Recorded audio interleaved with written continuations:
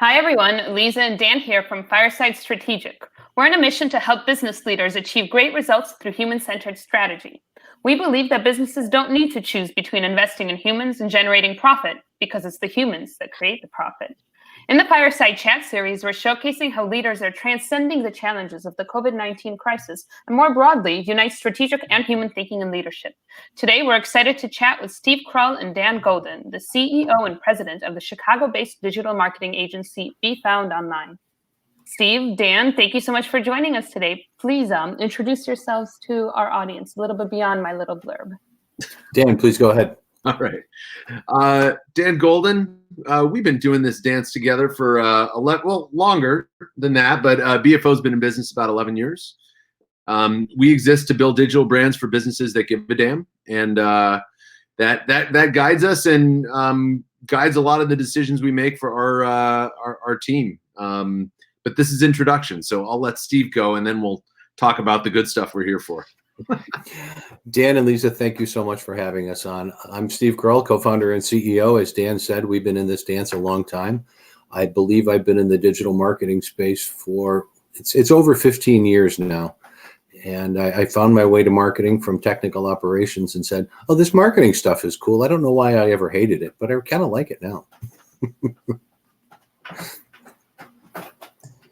Sometimes we find our way to our sort of chosen career path in very circuitous ways. Was that the case for you, Dan, as well? How did you get to marketing? It was either I graduated with a very ambitious plan to be a touring rock star. That didn't quite come to fruition, but I spent a couple years on the road and needed a side gig to pay some bills. And I was either going to work at a cigar store or take this search engine marketing internship back in 2003. And I chose wisely.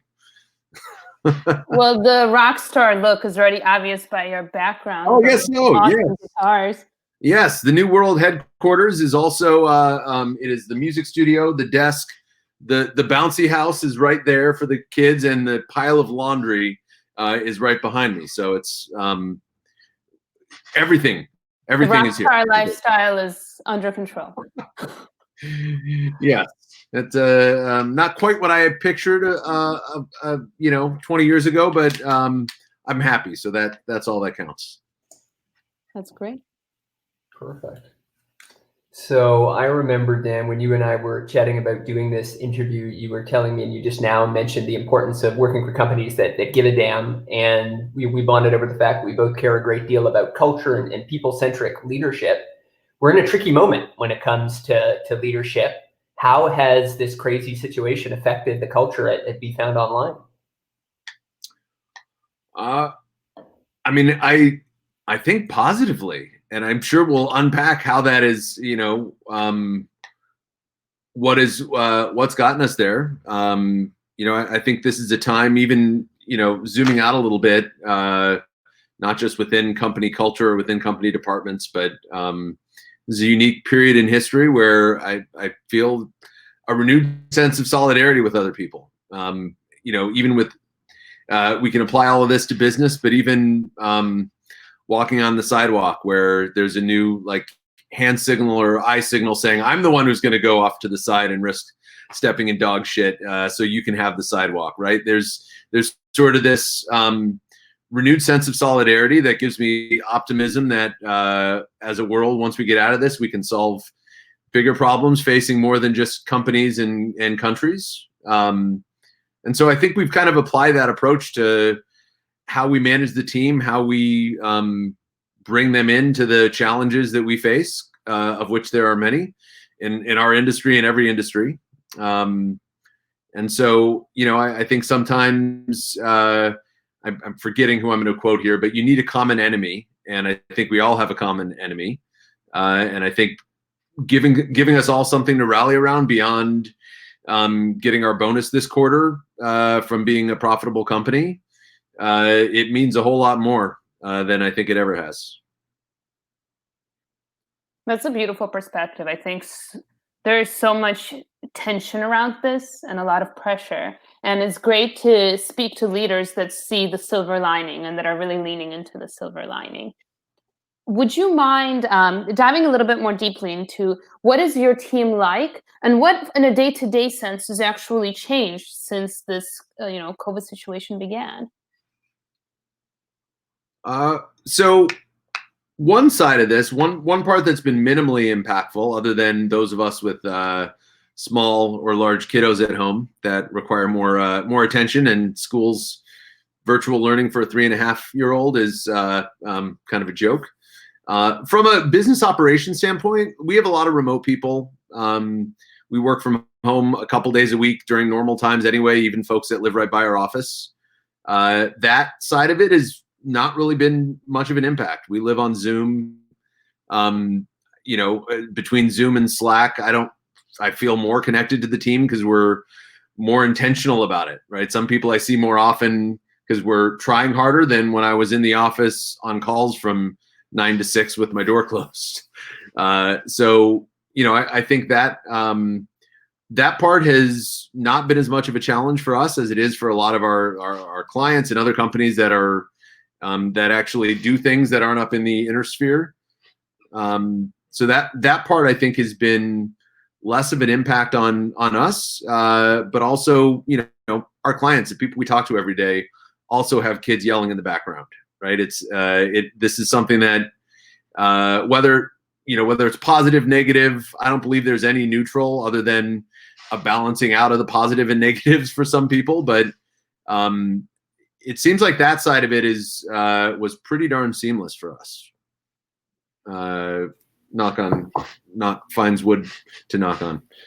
I'd echo that. The one interesting thing is that although we do have a pretty liberal sort of work from home policy, I think I've got new respect for people who are remote full time, and the adjustment for me of coming back into living in a box in my house, knowing when to turn it off, when to turn it on, breaking my routines, creating new routines has been very, very interesting at times, sometimes difficult.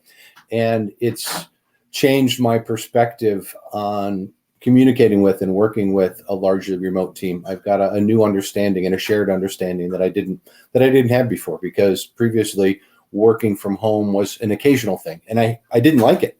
And now I don't have much of a choice. So I've come to embrace it. And I made a point. Even today we had a stand-up call, and I look at the list of everybody on the team and I ask myself, who have I not chatted with recently? And I'll make a short list, and over the next 24 to 48 hours, I'll reach out one-on-one to those people who I feel like I haven't connected with recently. And I think that's a nice way to go, just as a leader, to get out and just make sure every employee in the organization gets to hear from you, and you get to have a dialogue. It can be about work. It can just be about life. It can be about baseball.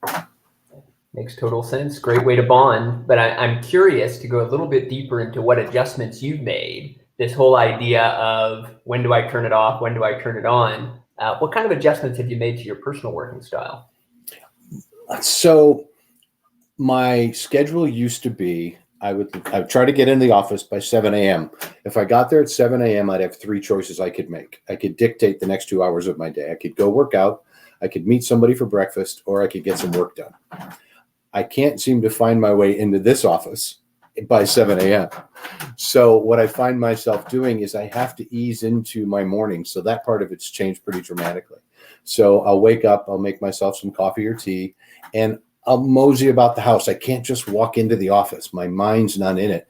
And I find that I'm using a lot of the lessons taught by my dear friend Denise Kavanaugh about rebooting yourself and being intentional in your presence. So I want to make sure that I bring my energy to a meeting, even this meeting. Before this meeting, I was doing a little bit of preparation. I read your bios. I wanted to understand what was going on. I need to be present for this, even more so than sitting in a conference room, because in a conference room, you can snap in and, I hate to say, snap out of the conversation. When you're on Zoom, you're going to notice if I'm looking over here and I'm not speaking, I may be paying full attention to you, but you're thinking, what the heck is Steve doing? I've got really important things to share. So it's about being very intentional and making sure the team knows you're there. Yeah, you've taught me on that, but I use 2 screens, so oftentimes I'm looking at people but away from the camera. Yeah, I mean, it's a lot of things haven't changed. I mean, one, I've got 2 small kids, and so I put a block in the calendar at 11 o'clock called Walk the Dog. And Steve knows that because he tries to book meetings, and I have it blocked off to just spend time with the kids during the day to help my wife go less crazy, trying to homeschool a 3 and 6 year old. I think this part of the transition has been easy, right? The working from home part, the wearing the sweatcedo all day. I don't think I'm ever going back to hard jeans, I'll tell you that much. I think and that's where I'm trying to see the silver lining right now of the extra family time. And I do find it a joke that it's called social distancing when I have 2 humans. Like, I get no distance, right? I have an audience in the bathroom. Like, it is, I mean, that part is just that's a new normal because it's extended because we don't leave. And part of this is just having empathy as well for what the team's going through. And, folks that I'm lucky, and we're lucky here. My wife has 2 bosses, and there are children, and that's working for us right now. But if she also had to be on conference calls, it would be a total shit show. Yeah. And we have some of that on the team. Like, we created a Slack group. I called it BFO Munchkin House. And those of us that have like small kids at home, we're basically just comparing like how often our kids cry, and it's kind of a safe space for just talking shit or sharing advice, or just having freedom, and not like the stigma of like, oh my God, my kids are in the background and it's a work call. Oh no. Yeah. Just trying to make it comfortable for everyone else has been helpful. I love that group. I like that your company's still able to maintain that sense of fun and joy despite the challenges around us. And that kid group sounds delightful. I almost want to join. The best tip we got from that was from James on our team, who said, all I have to do before a big conference call is yell recess. And they all run out and go play in his yard. That's perfect. That was my favorite tip. I love it. Looking outward as a marketing company, I'm curious, are your clients, have their challenges changed? Have their needs changed? Have what they want to, the message that they want to communicate to the world, has that changed? And if so, how have you responded? Absolutely. We have clients that cross a range of industries. So we have clients that completely went dark. Their marketing went completely belly up because they have no business right now. You got travel and hospitality clients. And then you have clients who are in manufacturing or make some medical or emergency devices, and their business changes. Their trends change. They find opportunity where they didn't have opportunity previously. So you have one organization that can only play defense. All they can do is hunker down and try to save money. And they're looking for the silver lining. They're looking for the rain to end. But for now, nobody's booking travel. We're not going there. We're not going places. We're not doing things. I don't need a hotel room next week. I don't need to go on a cruise. I don't need to go to Las Vegas. I don't need to take a vacation to Mexico. So these clients are suffering and shrinking. So they're really, really hunkering down, where other clients are doubling down. And what we're doing and we're looking for opportunities to continue to be of service to both of those clients. So what can we do for those clients during while they're hunkering down, even if we're not on their payroll right now? What can we do to be of service? How can we help them get ready for the reemergence? And for those companies who are doubling down, we're seeing new trends emerge for them. Their products are being sold in different places.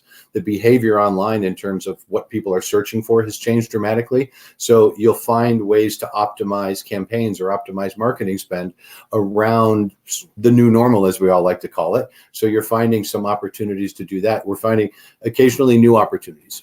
Most of our clients haven't pivoted specifically hard into a space. It's just finding opportunities within the space they live in. That's so smart, that you're able to continue to service clients and shift with their needs.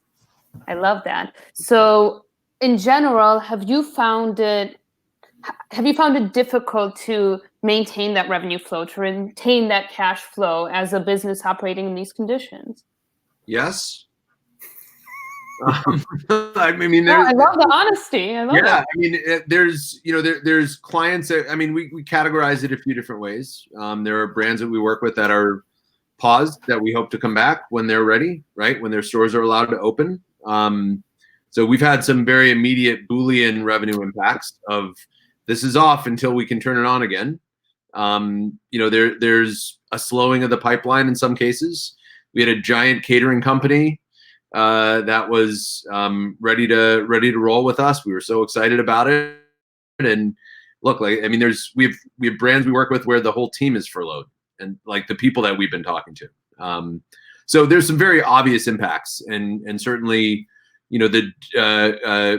we've had some challenges as we look at our future of focus versus diversification. Right now, we're feeling the benefits of having a diversified portfolio of brands versus being the restaurant agency that I know some of those. I know a lot of companies that are in the event space, some dear friends that have experiential marketing agencies that immediately went to zero. Everything, pipeline, revenue, projects, everything stopped. And so we have the benefit of, we're going to be able to navigate through this thing. And, we're looking at some of the pivots, if you will, have been things that we are already focusing on, which has been helpful. We have a growing B2B portfolio, and a lot of those companies are, I wouldn't say insulated, because every business is affected one way or another. And we're also going after some opportunity categories of essential businesses and looking at growth areas right now. Although it's a little late to kind of jump in, probably should have been working on Netflix and Zoom if we wanted those types of brands. We're a couple years late on the chase there. So yeah, everybody's seeing an impact. And we're trying to build some of that uncertainty, even from the amount of checks that typically show up. All of that has slowed, and those are some of the challenges that I think every agency is facing. And we're open with the team about what those are. We're making predictions. We've got a plan that, of course, we know something is going to change. But we've shared with the team how we're going to navigate it and what some of the milestones we need to hit, and we're just transparent about all of it. I say a lot of we. Our COO Beth, who's not on this call, has done an amazing job communicating with the team and keeping the pulse on a weekly basis of how we're doing towards these trends, updating it, and just.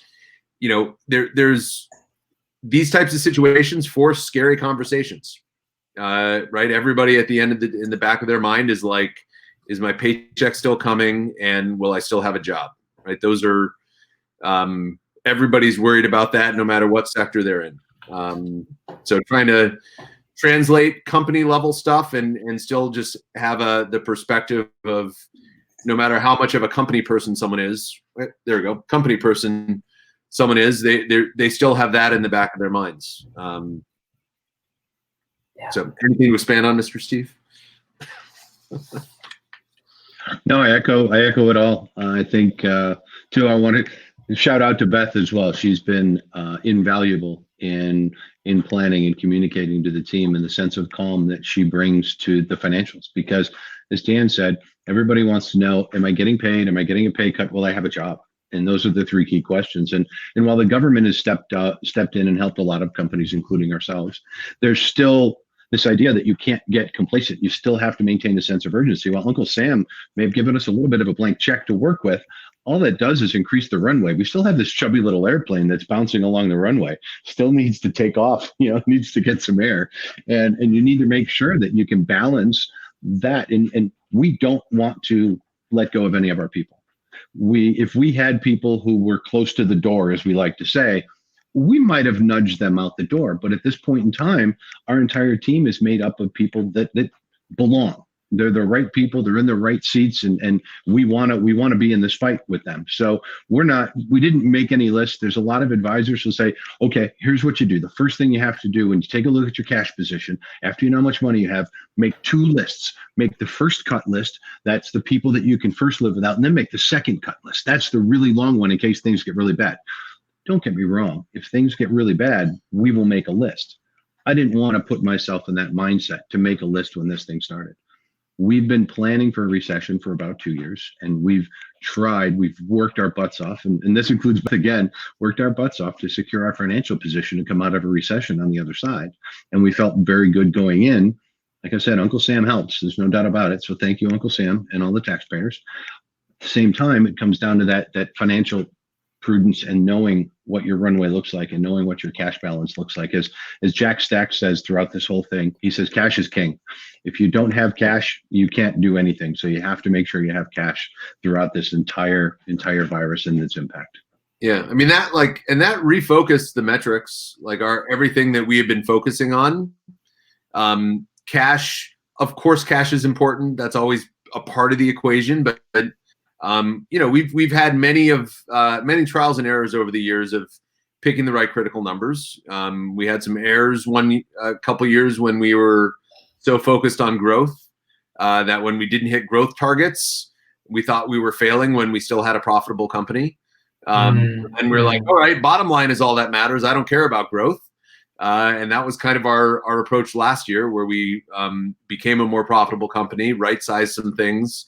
Didn't have the top line growth that we'd had in previous years, but we were happy. Right now, I don't care about any of those other things. It's a focus on cash, because unfortunately many companies are going to hit a point where payroll comes and goes.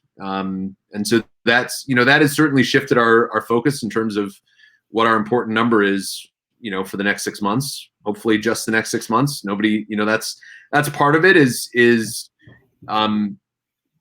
understanding how long the runway is and how long, when businesses are going to, there's a massive amount of uncertainty facing everybody. But the focusing on cash is the most realistic near-term metric that matters to the survival. The one thing I would say is what we've started doing is sort of compartmentalizing meetings where we talk about survival and defense and how many things can we cut and what can we save on. And that has to happen. But then there, the scarcity mindset, very few companies or people win when you're in that mindset, and having separate conversations about offense and new markets, marketing, ways to leverage the team that has capacity because of pause clients.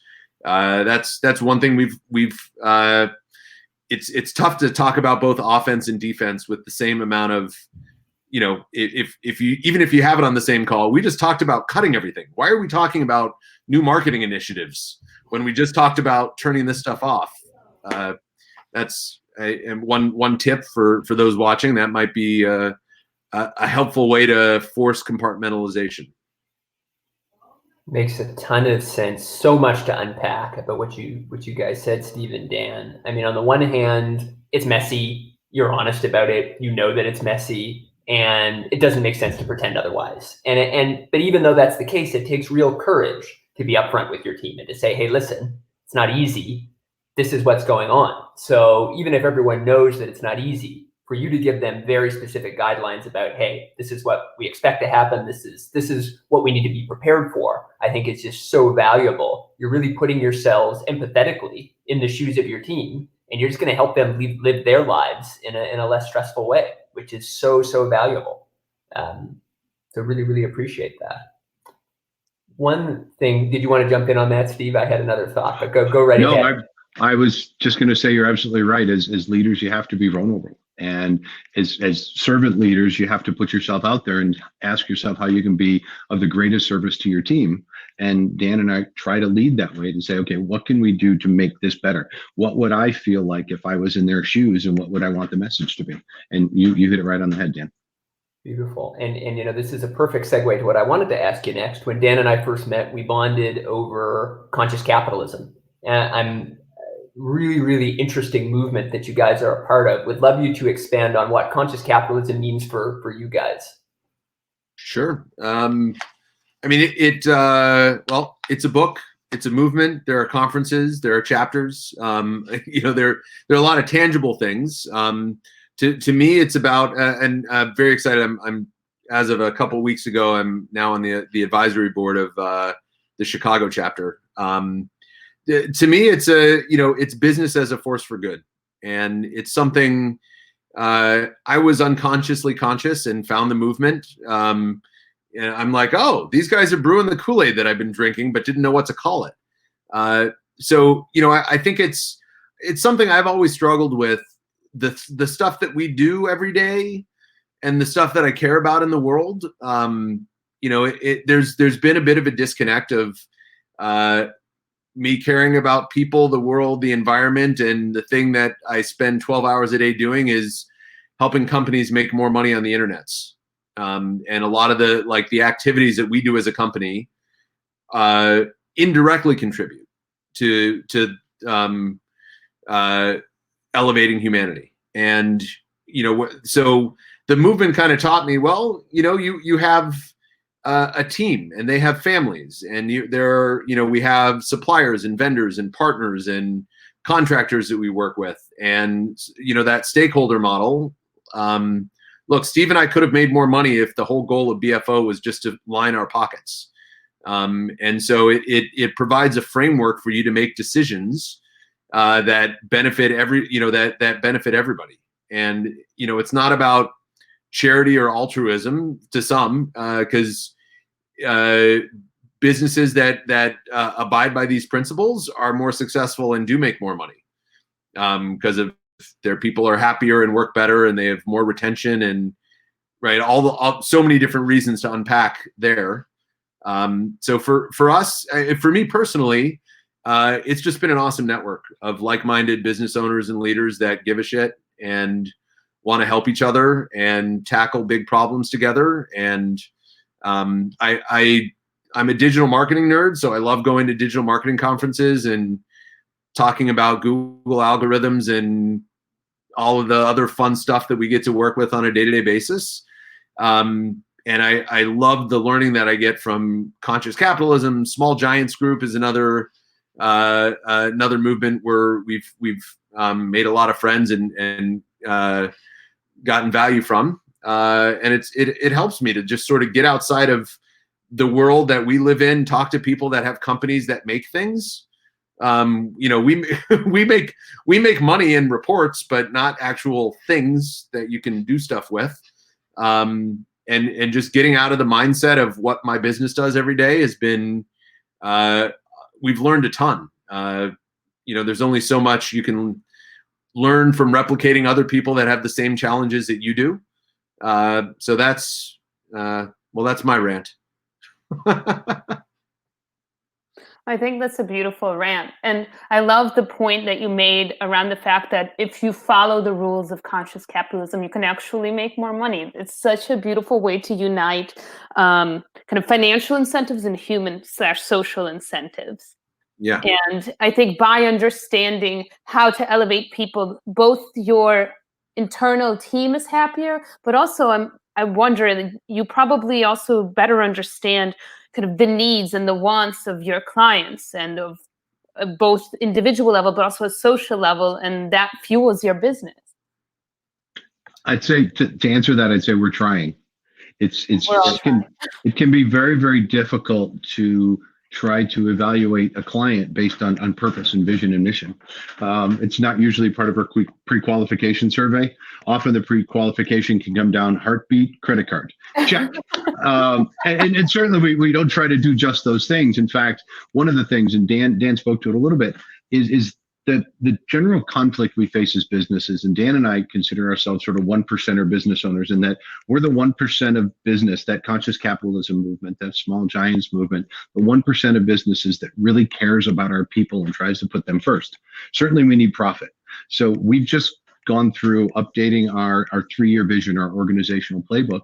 And if you were to read our vision now compared to what it used to be, it's very aspirational. It doesn't have a number to say how big we're going to be anymore. It has aspirational goals that say what we want to do for our people, how we want to support the community, how we want to grow as a business, and how we want to work with those businesses that give a damn. And we're asked even today, that's a broad statement. How do we know that a business gives a damn? And I said, well, we built the wall. Your job is to throw the spaghetti at it to see if it sticks. And the idea is that if we're all reading the same playbook, you'll have friends that can help you evaluate whether that spaghetti should stick to the wall, and we can make these decisions together.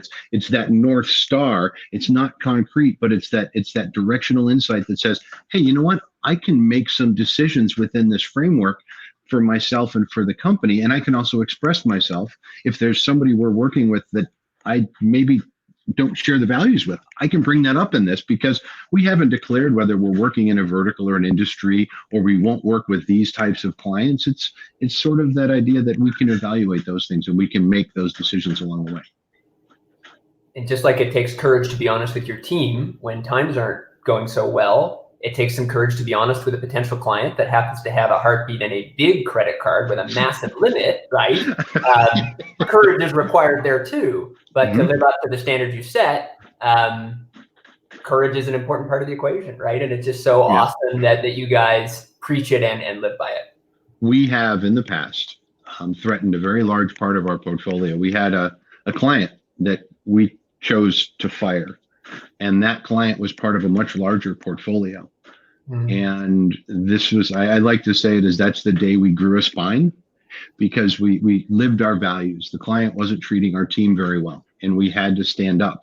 And we knowingly put a very significant portion of our portfolio at risk in order to fire this client. And it was gut-wrenching. There's no doubt about it. In hindsight, we certainly did the right thing. Even in foresight, we thought we were doing the right thing. It scared the crap out of both of us, but we knew it was the right thing.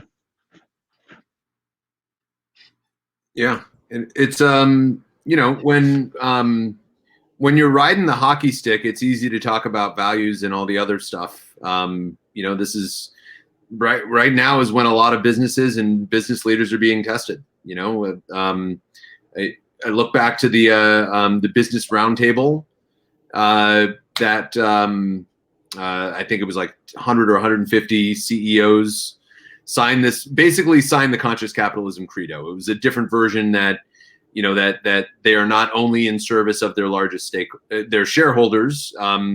Business needs to be right. It's that was the moment. That was them. You know, we're talking Walmart, IBM CEOs. This was the room that, you know, that made a proclamation. And now is the test. Right now is when you know, how many of the you know, the CEOs are still getting paid as much as they're getting paid? How many people are they laying off? And look, their businesses put in unprecedented positions, you know, that are challenges that I don't understand. So I'm not laying judgment on any one of those companies, but now's the time to see which companies are truly doing that, and how many are, you know, this is when leaders rise, and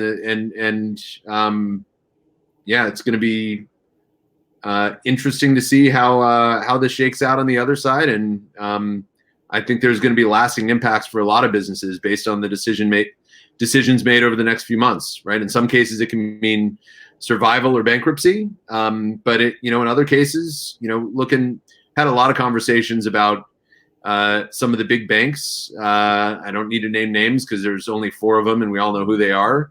The ways that they treated small businesses during the PPP. That's going to be a tough thing to advertise their way out of next year when they want, you know, small business clients. Yeah, this is now's the time to put your money where your mouth has been. Powerful words to live by, guys. So now that we're coming towards the end of our time together, one last little question we like to ask people. You know, we talk about serious subjects here, talking about leadership and business strategy, but it's also important to remember that we're humans and humans need to have fun sometimes. So what are you guys doing for fun when you're in quarantine? There we go. You're looking at it. I mean, I've been rocking out like I haven't in years, which is awesome. I've got a keyboard, a synth, a melodica, ukulele. I've been playing a lot of bass. In those 5-minute breaks between calls, a ukulele can go a long way to resetting your. So yeah, I've kind of not rediscovered, but just had more time to play. It's been a whole lot of fun. That's awesome. Do you do concerts for the team? I should. Great idea. There it is. I like it. I have kind of had the keyboard, which I can reach over here to play some like background music, or I'll use it on calls to celebrate or to.